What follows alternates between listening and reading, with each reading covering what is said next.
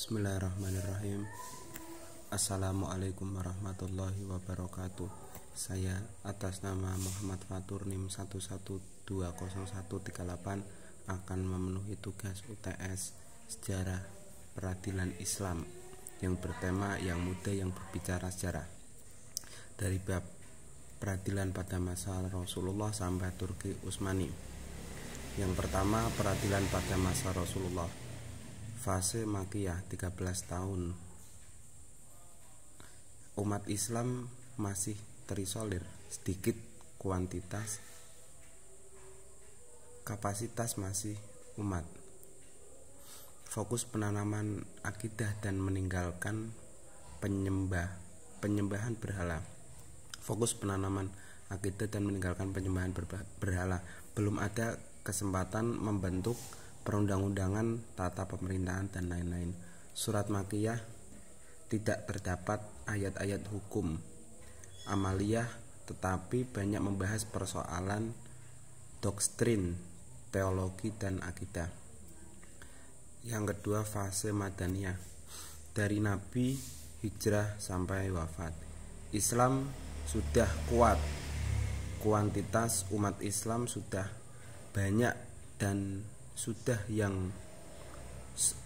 mempunyai tata pemerintahan. Perlu adanya tasyri', pembentukan hukum, dan pembentukan perundang-undangan yang mengatur hubungan antara individu dan dari suatu bangsa dengan bangsa yang lain. Proses peradilan itu sederhana, bersifat fatwa, model tanya jawab, akan tetapi menjunjung tinggi nilai keadilan. Tidak formal, tapi al-qadha terpenuhi, hukum-hukum al-mahkum bih tergugat. Al-mahkum dan al-mahkumlah putusan Rasul, nilai kebenaran dan dihormati. Rasul berpesan kepada Ali radhiyallahu an agar tidak tergesa-gesa dalam memutuskan hukum sebelum mendengar keterangan dari kedua belah pihak. Telah ada peninjauan kembali, praktek hisbah, kasus kekurangan timbang telah dipraktekkan Rasul.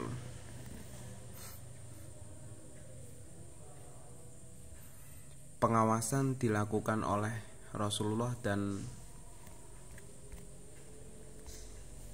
wahyu Allah.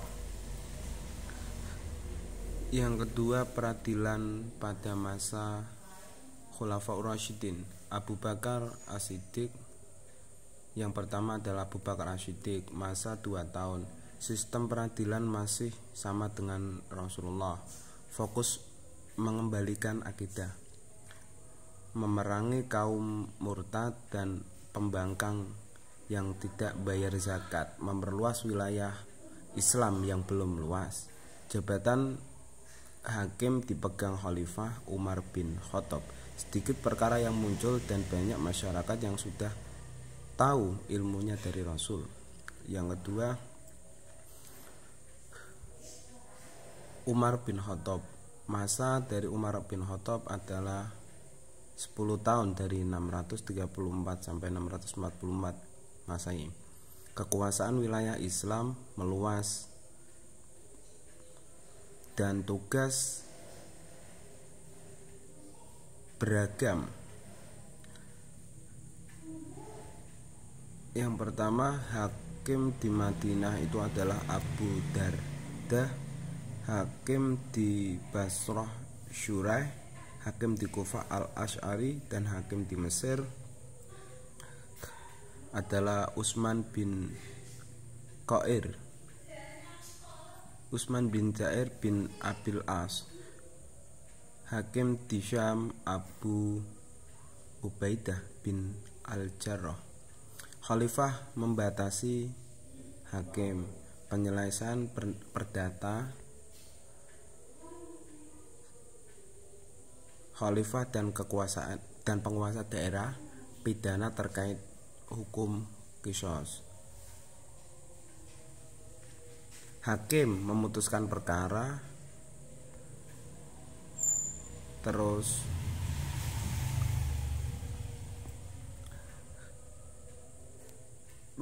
hanya fuqaha mujahidin atau ijtihad kolektif untuk mempermasalahkan hubungan dengan prinsip dasar bagi jamaah.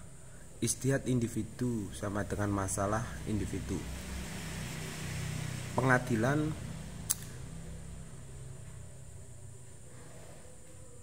hizbul formal sudah ada, terdapat surat yang memutuskan petunjuk untuk qadhi, Risalatul Qadha Umar bin Khattab. Terus peradilan pada masa Utsman bin Affan, peradilan di gedung. Khalifah mengikuti langkah Umar dalam memilih qadhi bersandar dengan Al-Quran dan Sunnah, musyawarah dengan sahabat dalam menetapkan suatu hukum, memberi khusus untuk qadhi di daerah agar selalu adil demi terciptanya kebenaran, menangkat naib qadhi untuk membantu tugas hukum. Hakim memberi gaji untuk hakim dan staf dari Baitul Mal, mengangkat pejabat administrasi peradilan dan menyempurnakan adanya hakim. Hakim yang menjabat melanjutkan masa Umar. Yang pertama Abu Darda, Syurayah, Ali bin Abi Thalib, Mu'ad bin Jabal, Ubay bin Ka'ab, Abu Hurairah, Abdurrahman bin Auf. Kelemahan: hanya melanjutkan sistem peradilan sebelumnya. Terdapat nepotisme yang tidak segera ditindak tegas. Yang keempat, Ali bin Abi Thalib mengikuti langkah khalifah sebelumnya, berpesan ke qadhi untuk menjalankan tugasnya keadilan dan kasih sayang terhadap masyarakat. Ali menetapkan hukum selama di Madinah. Ali memberi petunjuk syarat hakim. Yang pertama, dipandang ulama, bukan berpenghidupan tempat, berilmu luas, cerdas, daya kerja sempurna. Kesimpulan, proses peradilan masih sederhana, tanya jawab atau fatwa, tempat di rumah hakim, masjid, belum kenal khotib atau pendamping qadhi, mencatat berita acara. Belum ada gedung khusus peradilan hingga masa Utsman. Nilai lebih peradilan sederhana, cepat, biaya ringan, kesejahteraan qadhi dirintis Abu Bakar, gaji dari Baitul Mal, upaya Syadzad Al-Zariyah menutup kezaliman hakim Umar, melarang hakim menerima bingkisan apapun dari orang yang berperkara. Umar merintis rumah tahanan pertama. Manfaat penjara, shock terapi, efek jerah, pembinaan mental. Perkembangan peradilan masa Umar sangat bagus. Pada masa dua khalifah terakhir tidak banyak memberi perhatian khusus dalam bidang peradilan. Peradilan pada masa Bani Umayyah mengubah kebiasaan musyawarah dalam mengganti khalifah menjadi monarki, bentuk kekuasaan otokrasi. Fatwa qadhi menjadi putusan hukum. Keputusan qadhi tidak dapat dibatalkan qadhi lain. Sumber hukum Al-Quran, hadis, dan ijma' sahabat. Hukum berkembang melalui sentuhan ijtihad kaum dan fuqaha. Muncul kesadaran untuk mencatat putusan hakim. Perkembangan peradilan pada masa Bani Abbasiyah dikenal sebagai kejayaan Islam. Berkembangnya hukum Islam berjalan menurut mazhab tertentu. Lemahnya ruh istihad Islam, hakim di pemerintah memutus perkara. Peradilan dibentuk sebagai instansi sendiri, organisasi kehakiman. Al-Qadhi Al-Qadha dipimpin Qadhi Al-Qadha, semua badan peradilan di bawah Al-Qadha. Qadha Al-Qadhi, hukum kota mengetahui Al-Qadha atau Al-Hisbah.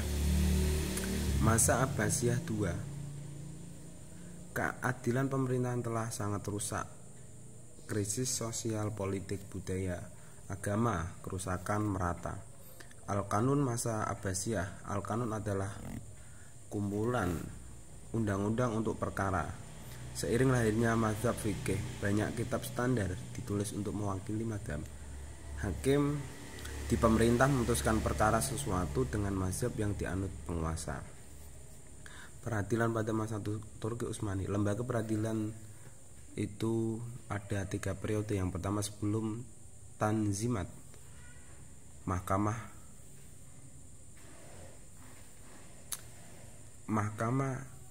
biasa menyaksikan perkara-perkara pidana plus perdata. Mahkamah banding meneliti, mengkaji perkara baru. Mahkamah tinggi mencatat para qadhi yang terbukti salah dalam menetapkan hukum. Masa Tanzimat, peradilan perdata dan peradilan agama. Yang terakhir masa setelah Tanzimat, Mahkamah Al-Tawuf, peradilan untuk suatu agama. Pada Al-Konsuli, peradilan untuk Qadha, Mahkamah mengadili perkara perdata. Mazkur Al-Asy'ari Al-Syarif mengadili perkara umat Islam, masalah keluarga dengan sumbernya adalah fikih. Mungkin cukup itu yang dapat saya sampaikan. Kurang lebihnya saya mohon maaf. Wallahul muwaffiq ila aqwamit thoriq. Assalamualaikum warahmatullahi wabarakatuh.